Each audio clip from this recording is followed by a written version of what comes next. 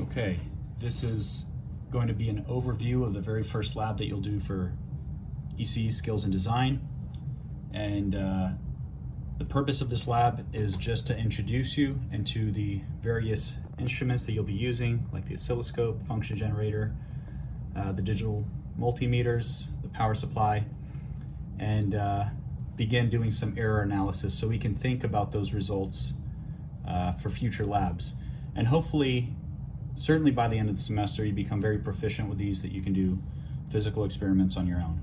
So in the very first part of the lab, I have you pick out a few different resistors, and I picked out some random ones, and incidentally they were fairly close values, right? So I have you pick out 2 carbon film resistors and 1 metal film. The difference being that the carbon film resistors look like little hot dogs, and then these are blue. And the carbon film resistors are a 4-band color, and the metal film resistor has 5 color bands. So I talk about it in another video, and I'll include the link in the description. But basically, these colors indicate the value of the resistor, and that is the nominal value, so that's important to take note of.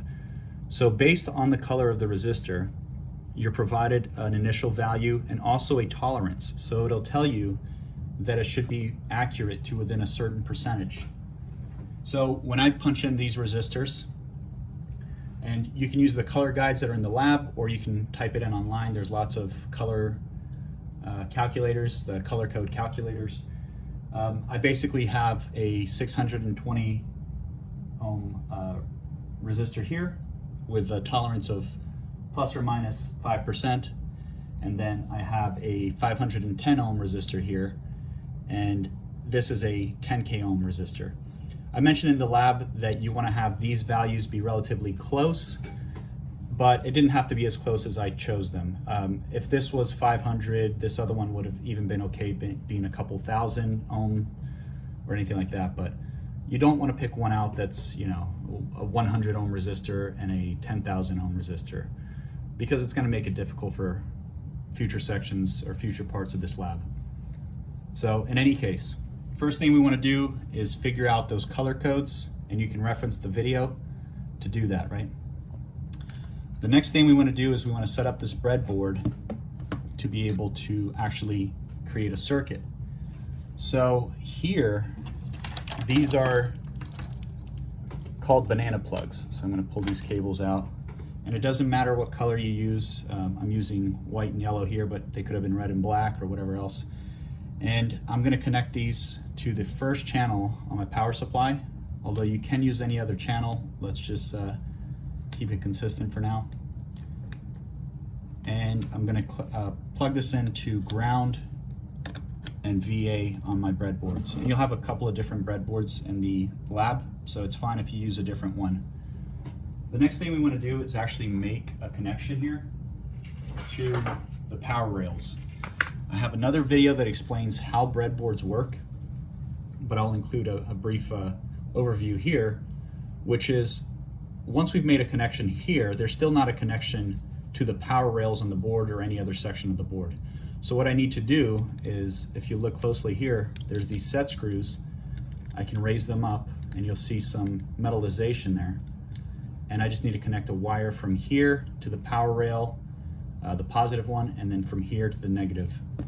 So let me do that really quick. Again, I'm ignoring the color here, it doesn't really matter. So I'm going from ground to negative.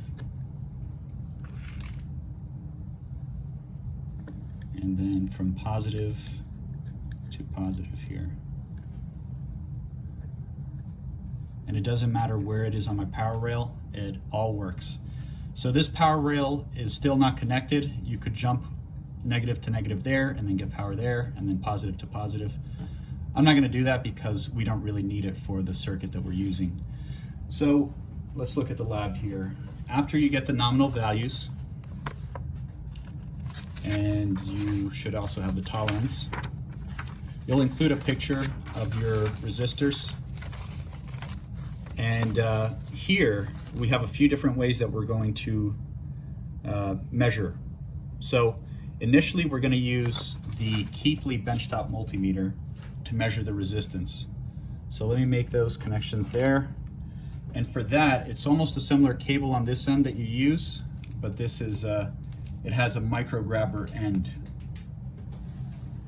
So this is what the cable looks like at either end, right? It's a banana plug on one end and a micro grabber on the other. Now, pay careful attention to the multimeters because they indicate where you should have a resistance measurement connected.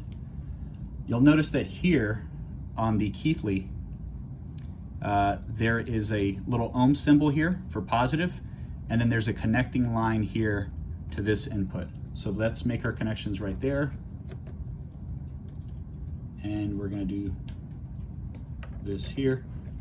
And we also want to switch to an actual resistance measurement, which is indicated by an ohm symbol. So right now there's nothing connected, so it just reads way over, right? It's over the range. But we can start connecting our resistors here and get those resistance measurements. So this resistor, the nominal value was 620 plus or minus 5%. The actual value according to this benchtop multimeter is 614.68 kilo ohms, right? Or ohms. So that's one of them. You want to note all this down as part of your lab report. Move on to the next one. Connect it here. That's all you need to do. It reads the value. This was supposed to be 510, it's 505. And keep some decimal places as well. It's good to just round those off at the end as needed. And then we do the metal film resistor here. Okay, that's pretty simple. Just doing basic resistance measurements. With the lab partner, you can probably have somebody setting up some of the analysis, the error analysis, and then somebody else can be doing the physical experiment. Find some way to kind of even out the workload. And so that's pretty much all you need to do for that one. Now, the handheld multimeter is similar. We're using the Keysight in this case, but there might be a different multimeter that you use, but it's going to follow a very similar process, right? It indicates which input to be used for resistance. So here's the little ohm symbol, and you see that a line connects to the common port here, and we also see resistance indicated here. So all we need to do is turn to it. Let me turn this again. So again, it's overreading here. I'm going to switch the inputs from my benchtop multimeter here, those same cables that I used. Let me back this up. So I took those same wires, switched them over, and I can do the same thing, right? Just begin doing the measurements, again, connect. And with these micro grabbers, the way you'll connect them is you just press on them and a little hook comes out. So it makes it very convenient. And there you get a measurement. Okay. So that's part of your lab. And moving on to the next section.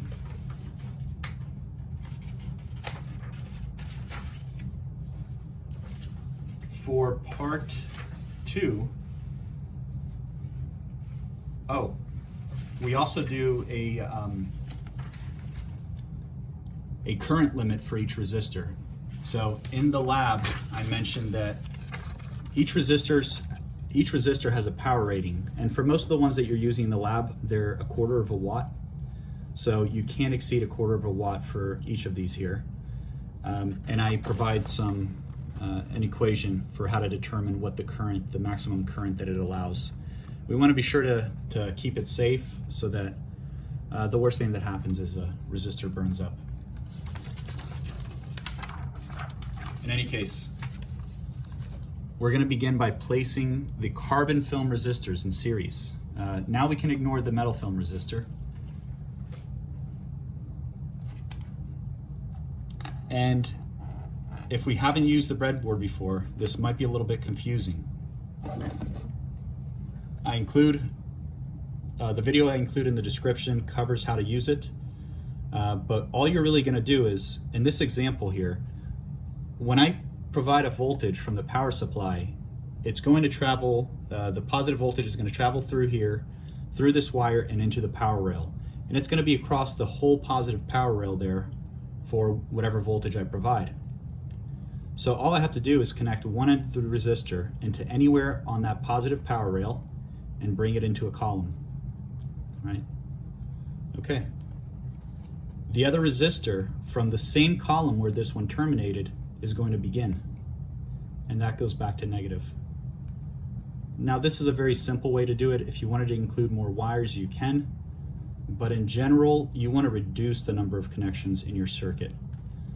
So I have those connected, and this equals roughly 1100 ohms, a little bit over. But I can just provide, in this case I know that 5 volts is a safe voltage. I go ahead and turn this on, and it actually indicates on the power supply how much current it's providing. Now I can bump that up as well. If you want a little bit more current, it oftentimes makes it easier to read on the multimeters, whether you're using the handheld or the benchtop. And the handheld multimeters are going to be a little bit more precise than the benchtop multimeters. So in any case, I turned on the power supply, but there's a couple things that we should know about it.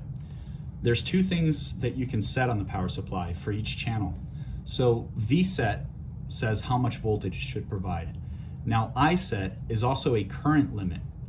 So if you short out your circuit, and I'll demonstrate what that means, what's going to happen is it's going to try to provide current up to that ISET limit, which in my case is 10 milliamps. So it'll blink and go back to what it's actually providing. But here I'll show you what a short looks like. And you want to be very observant about this in your lab, because as soon as you see your voltage drop and your current reach some maximum value, it probably means you shorted your circuit. So if I do this here, if I place a jumper wire between positive and negative, you'll see my current spike here. It goes to a constant current source and my voltage drops to almost 0. The reason that that's happening is because I made a preferential path for my circuit so that it doesn't have to flow through the resistors. All of it goes through this little jumper wire and returns directly back to the power supply. Usually that's unintended, but it's going to be a good indicator for you that if you see that current jump up and the voltage drop, it means that you shorted your circuit somewhere. So you want to turn off your output and then double check your circuit. So in any case, we want to do some current measurements on the circuit. Part of the lab involved doing a resistance measurement beforehand, right? Now, we've already established based on other circuit laws that 2 resistors in series add their values together, right? So that's part of your lab. I still have this the handheld multimeter connected, and I'm simply going to place those probes on the front and back of my circuit here. And in this case, I'm only just doing the resistors, and then I can look at the values. So let's make sure that these are connected. So, okay. And there, about 1100 ohms, right? So that's the value of my resistance, the series resistance. And I would do the same thing for the benchtop multimeter. So that's another part of your lab. We also include an error calculation there between what is the theoretical, right? So using the nominal values of my resistors, you can just add those values together. But what is the difference between what you get from the handheld multimeter and the benchtop multimeter and the nominal series resistance? So that's part of your lab. And we also do parallel resistance. Now, parallel tends to confuse a lot of people, but it's really pretty simple. The only thing you need to remember is that the components have to be placed on the same column. So I'm going to do that here and then demonstrate what that looks like.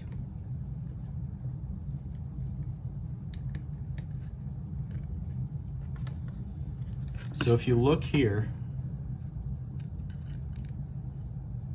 I have both of my resistors starting on column 20, and they both terminate on 26, which means that these resistors are in parallel, and it's got to follow the parallel resistor equation, which you can reference from some of the class notes. So now I turn to the handheld multimeter, and it provides a different value, right?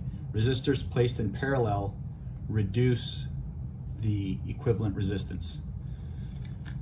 So that's a section of your experiment. Repeat the same process with a benchtop multimeter. And we want to get to where we're doing current measurements. And I'm going to demonstrate this in order to keep the video relatively short, only with the parallel setup. So here's what I'm going to do. I have those resistors in parallel.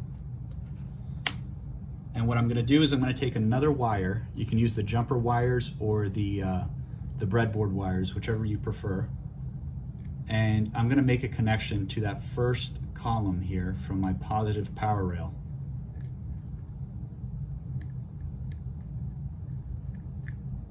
Now the principle for doing current measurements, whether it's in series or parallel, are the same. You're always trying to break some part of the circuit and include your multimeter where you broke it. So let's look at it this way here. I'm going to close my circuit here towards the back. So if we look at it a little bit closer, I have a wire, or the banana plug, that's coming in from the power supply. It jumps this wire into the positive power rail, across this wire, and then the current splits, comes back into the column, and then it runs back to ground, to this wire, and back to the power supply. I have a closed circuit. This is a closed loop. So all I really want to do in this case, oh, this came disconnected. If I'm trying to do a current measurement, there's a couple ways I could do so. If I want the total current of the circuit, remember this node here, the total current is going into this node and then splitting. So an easy way to do it, and there's different ways you could do it, would be to remove this wire and place the positive side of my measuring instrument there, and take the negative side, pull up this wire, connect here. Now one thing I need to do is actually switch the inputs on both the benchtop and the handheld. In this case, if I'm reading in the milliamp range, it'll indicate to you where the milliamp range is. If you're reading much higher currents, you actually have to use the amp to common, but in this case it's going to be roughly the milliamp range. So I'm going to switch that input there, and I'm going to switch this over to milliamps. The handheld multimeter begins at an AC measurement. So I hit shift so that I have DC current.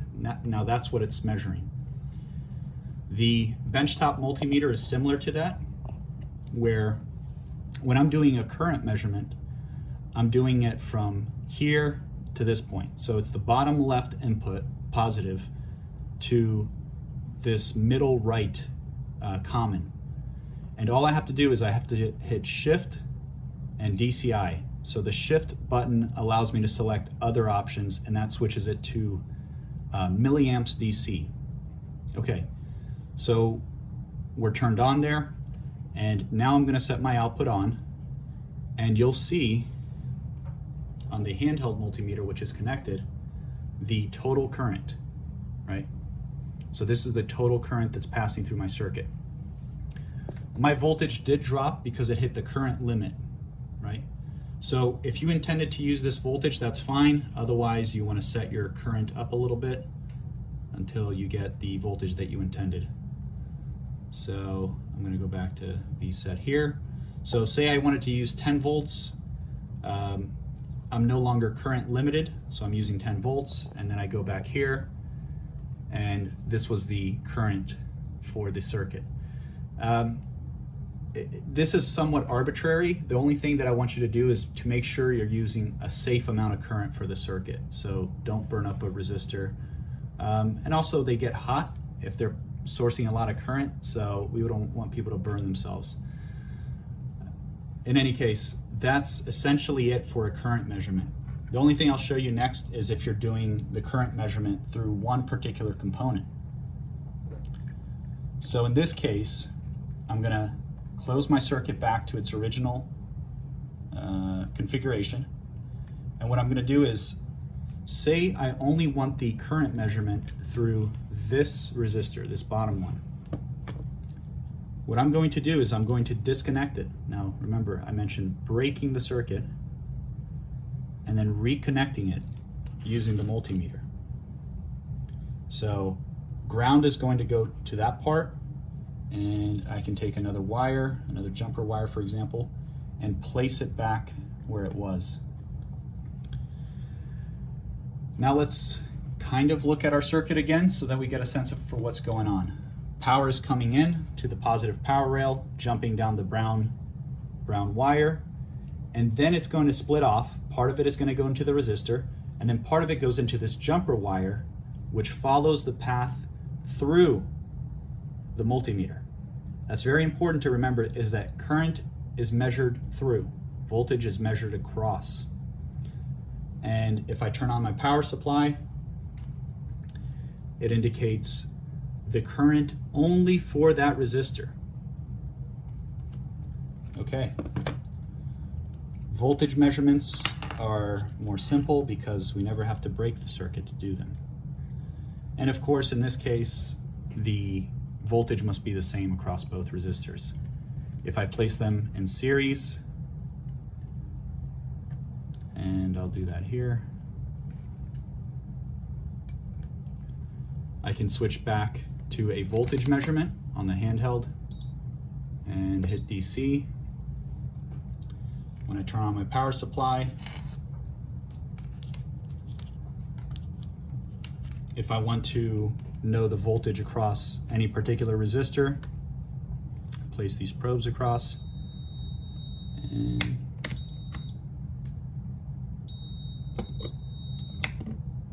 oh, this is a good lesson. Switch to voltage. I had it connected on current measurement on the inputs, and you have to switch back to voltage, which is indicated there.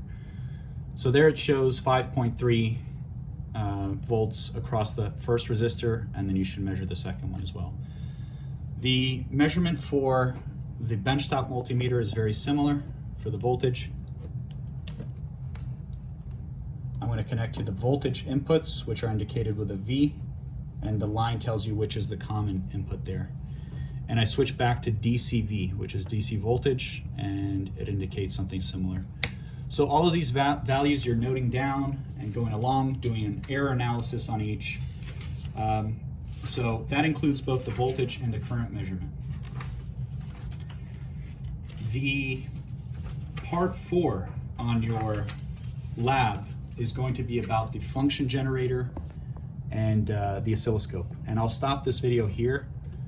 Probably have gone on long enough, and I would have liked for it to be shorter, but it's the first time using these instruments, so I want you to be familiar with them. And I'm going to cut this and then talk about the oscilloscope.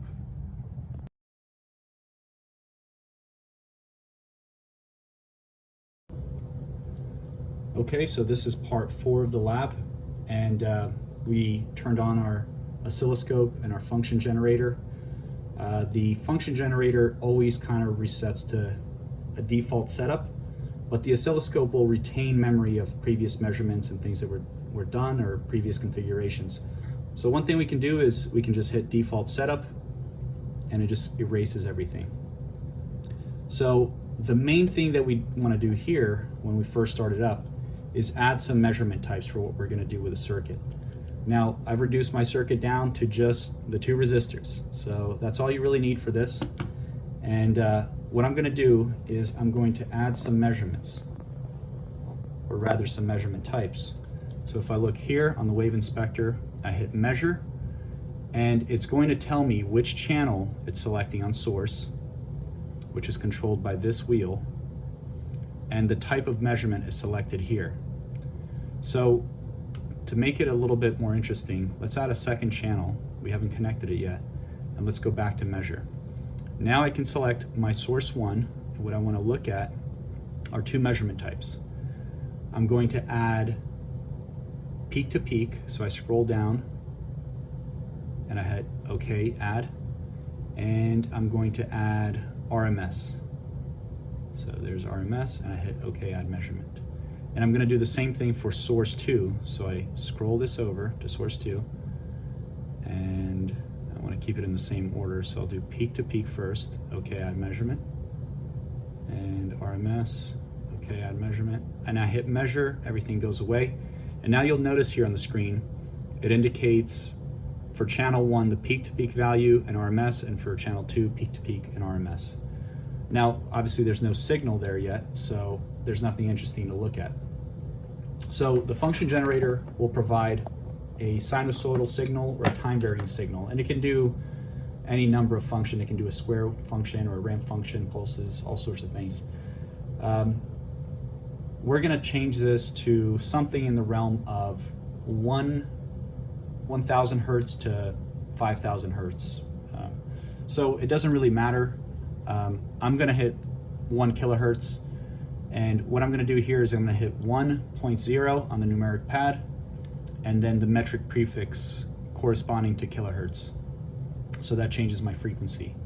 And my amplitude, let's do an amplitude of 2 volts peak to peak. Okay. Now a couple things. The oscilloscope probes look like this. They have a micro grabber on one end and a little alligator clip on the other end. And unlike your benchtop or handheld multimeters, these are not a float type voltage measurement, which means wherever I connect this grounding clip will be ground for my circuit. That's very important to remember, because when we use the handheld multimeter, I could take the probe, the positive side and the negative side if I was doing a voltage measurement, connect here, and even though ground was back here, it read me the voltage between these 2 points. I can't do that with this. If this is the ground side of my circuit, I have to keep this connected there at all times. And we'll talk more about some ways to do voltage measurements for the forward components in the future. But for now, we don't really need that. So this first channel is going to be for my entire circuit. And I'm going to add a second channel that will be for R2. So you can designate one of these R1 and R2 according to how you want to do your lab. And we're just going to do a simple measurement to kind of confirm our results. Another thing to note is I'm using a slightly different kind of probe here, but you can use a passive probe which has a BNC connector on the end, and it just kind of, the way you connect it is you line up the pins on the oscilloscope with those little slots, and then you turn it and it locks in place. I'm going to use this one for the function generator. So it's a BNC, 2 micro grabbers, and there's a red and a black, which indicates positive and negative. And I do that for the function generator. Okay, so I connect it here. And let's remove this probe here for now.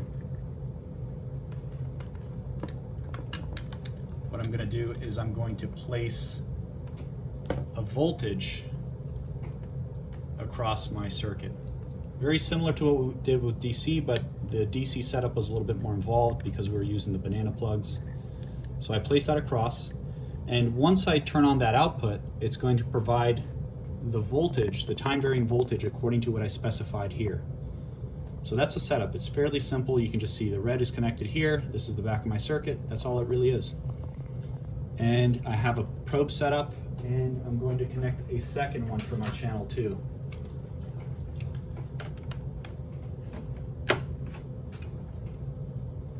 So that's locked in place, and with these oscilloscopes, 1 ground is sufficient for all of the channels.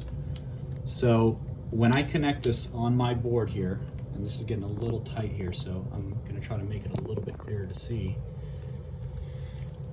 I'm going to place my ground here on the back side with the ground from my function generator, and this channel, which is channel 1, is going to be the voltage for my entire circuit. And then I'm going to place the second probe, and in this case I'm only doing the micrograbber side because we already have the probe grounded on R2 here, what I called R2. I'm going to turn on my output, and let's turn here our attention to the oscilloscope. Now it got some random signal, but right now it looks wonky. We can rescale this signal, and there's two ways to do it. I'll show you the long way, and then I'll show you the short way. So where it says horizontal here on the oscilloscope, that means scaling and position as well.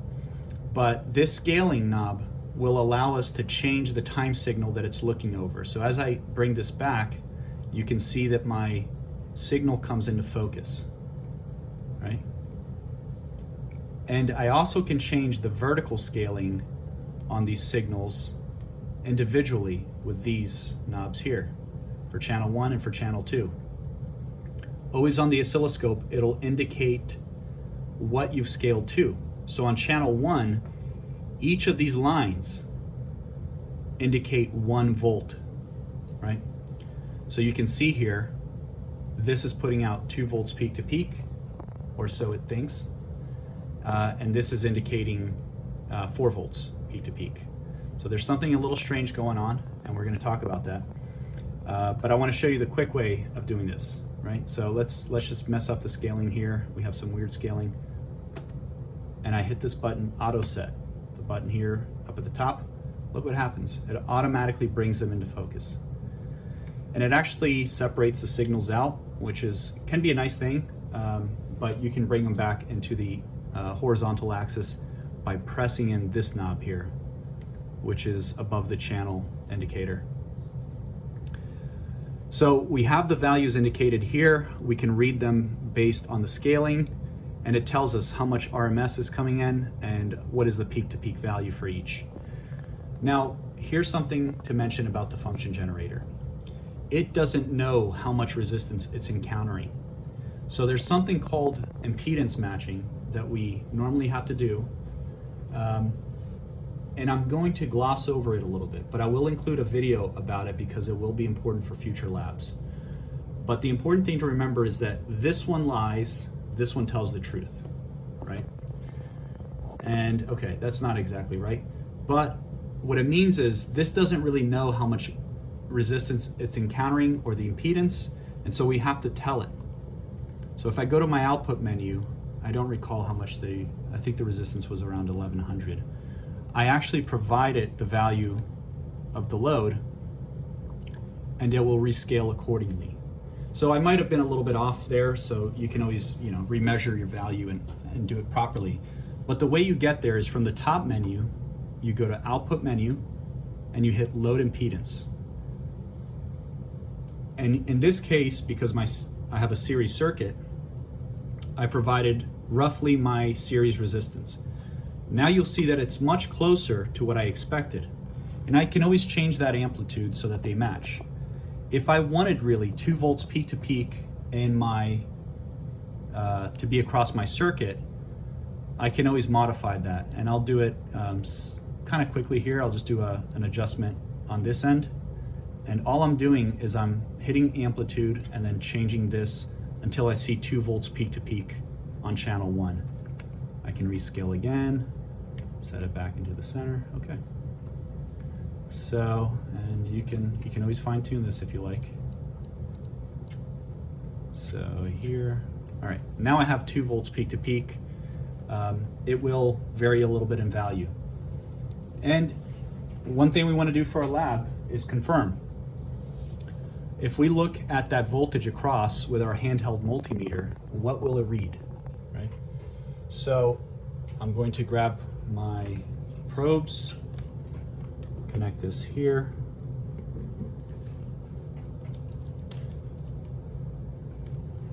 And in this case, I'm just going to read the voltage across the entire circuit. Now this is getting very complicated here. It's looking like a lot of wires, but notice what it's reading here. it's reading 686 millivolts, and we do have AC voltage. Very important that you remember, the multimeters always read AC voltage in RMS, root mean square. And if we look here, we added that as a measurement. So if I zoom in here,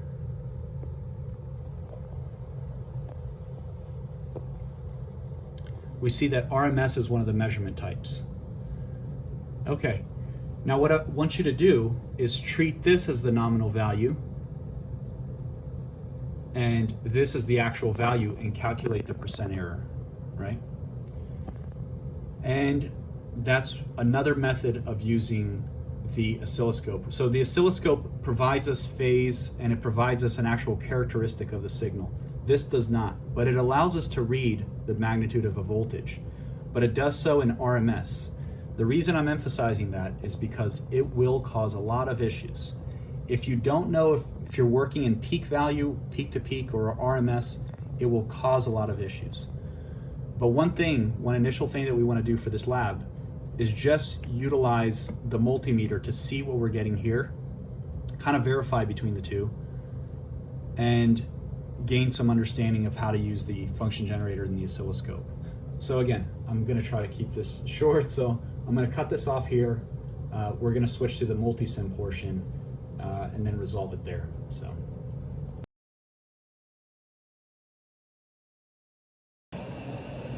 All right, so we're moving on to the Multisim portion, and in this case, we want to do a comparison between what we got experimentally, theoretically, and everything. So this is a very basic setup here for Multisim. We're going to keep it in interactive simulation mode and use a couple of the default measurement types here, some of the probes, the voltage and current probes and everything to do what we need to do. Yours will look a little bit different. I prefer mine to not have the grid, so I right click on the screen, I go to properties, and under workspace I can add or remove the grid here and just hit OK. So I prefer to have a nice clean background here. If we look towards the upper left hand here on the toolbar, you'll see a variety of components that you can select. And if I click on this place basic, it has like a little resistance symbol. You'll see this screen come up where I can select the type of component that I add. If I go to resistor here, I'm going to add similar values to what I had, and you should do the same, right? So this is what you'll do as part of your lab, is you're going to go here, and I can specify the values later, so I'll just add a couple of resistors.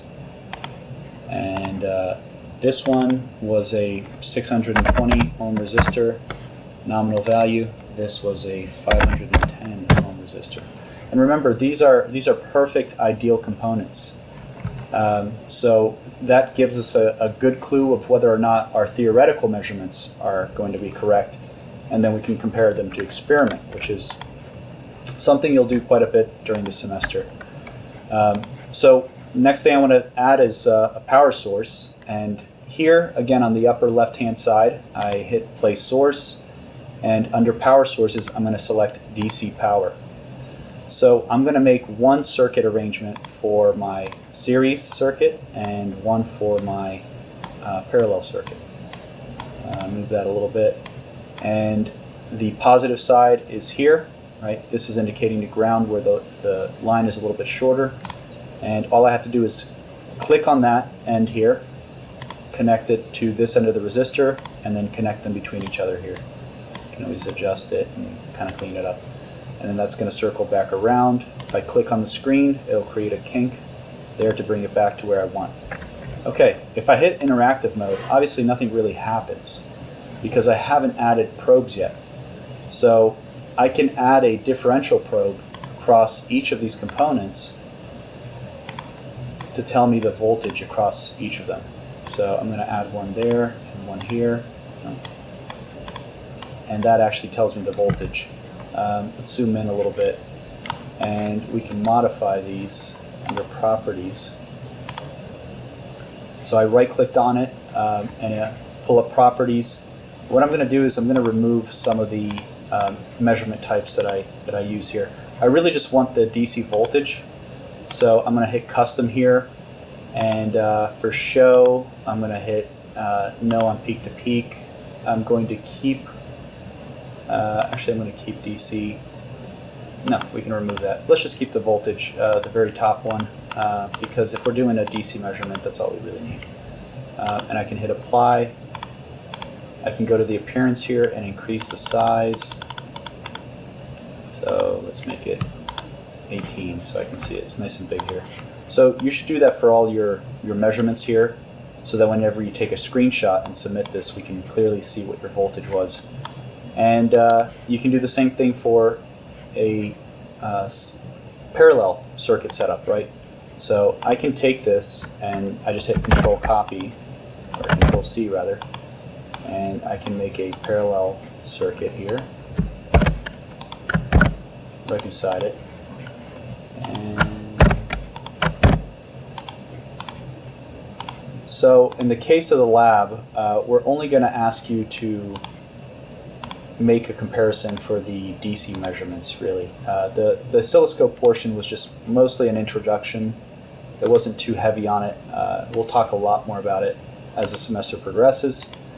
But here we have a parallel setup for our circuit, and I can add some current measurements to it. So if I want to test the current at this probe or at this resistor, I just add from here. It indicates with a little A symbol for amps the current measurement.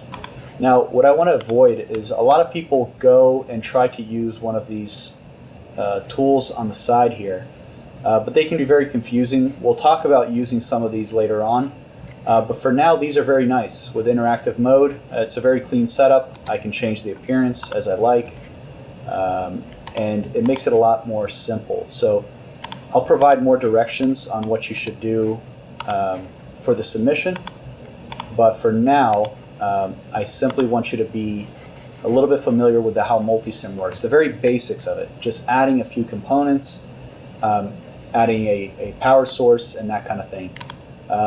So here I'm going to finish up the current measurements on each of these. I'm going to add that there. You can always move it. Right? It indicates the current that's passing through each of these components. Of course, you can always switch your measurements or your power sources and all the other component values. So I switched my resistors. I didn't switch my power sources, but I used 10 for the demonstration on the physical. So make sure you switch it to the right value. And again, I turn that on, and I'm going to compare it to my experimental results. So in the portions in which you did a current and voltage measurement for the DC power source, you have all those values and you can make a comparison here. And you also calculated theoretically what you should get. So compare here with your theoretical measurements. If you need to do additional designs, here on the left side, you can always add a new blank design, begin working there. But that's just a very quick brief overview of Multisim. And again, I'll keep this short so that we can turn to Tinkercad now.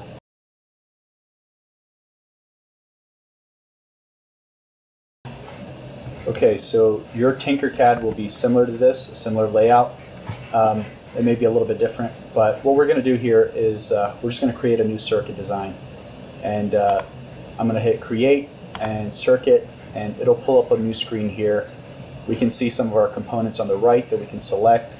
And we're going to do the same thing as Multisim, but on something that resembles the breadboard and the circuit setup that you have in the lab.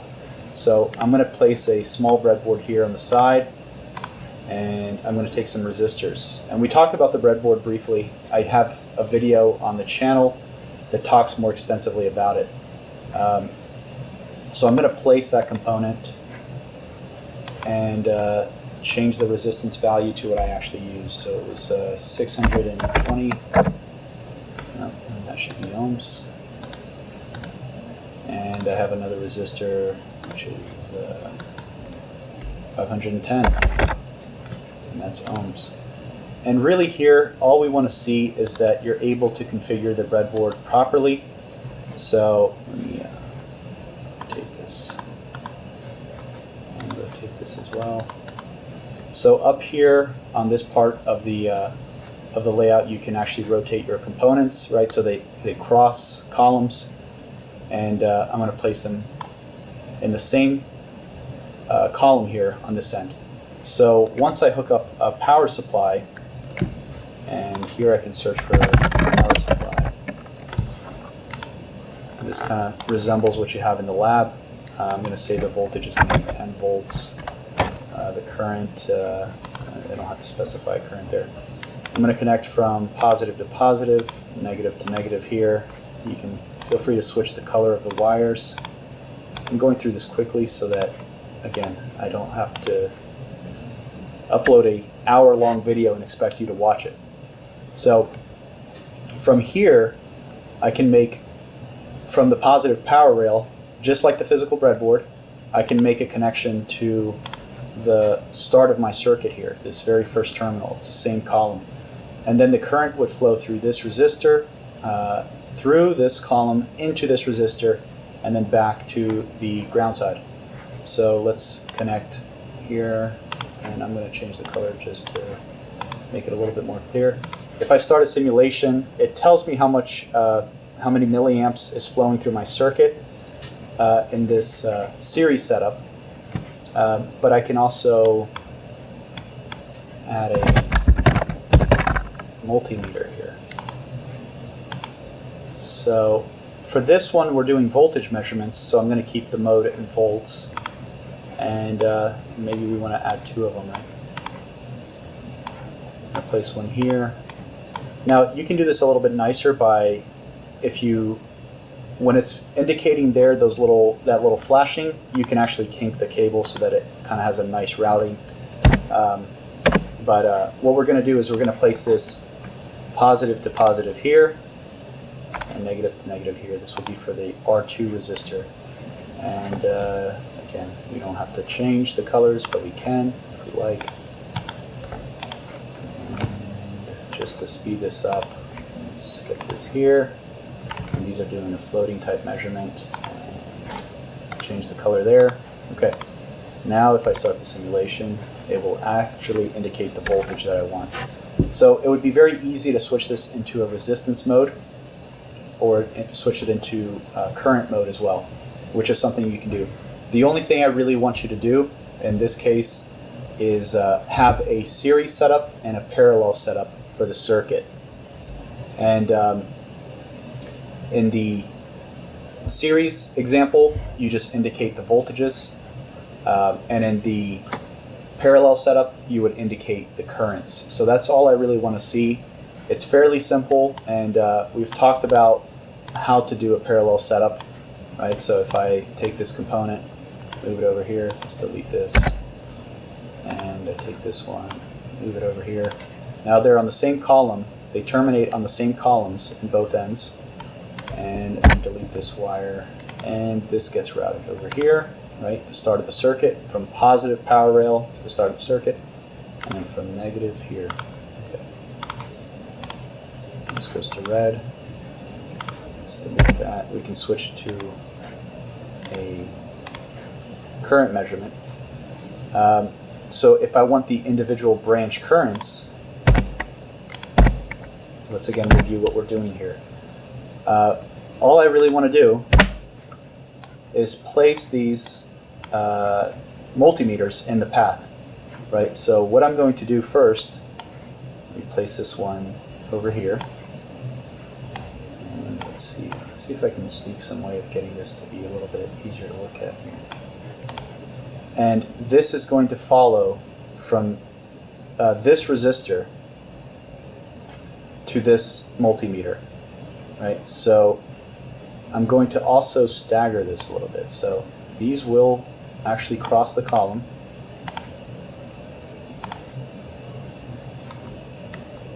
And this will be connected there. And then this will be connected here. And then both of these will return to ground. It looks terrible, but it'll work, right? So here we have the basic setup for how to utilize this to do a current measurement. And we want to switch this to current as well.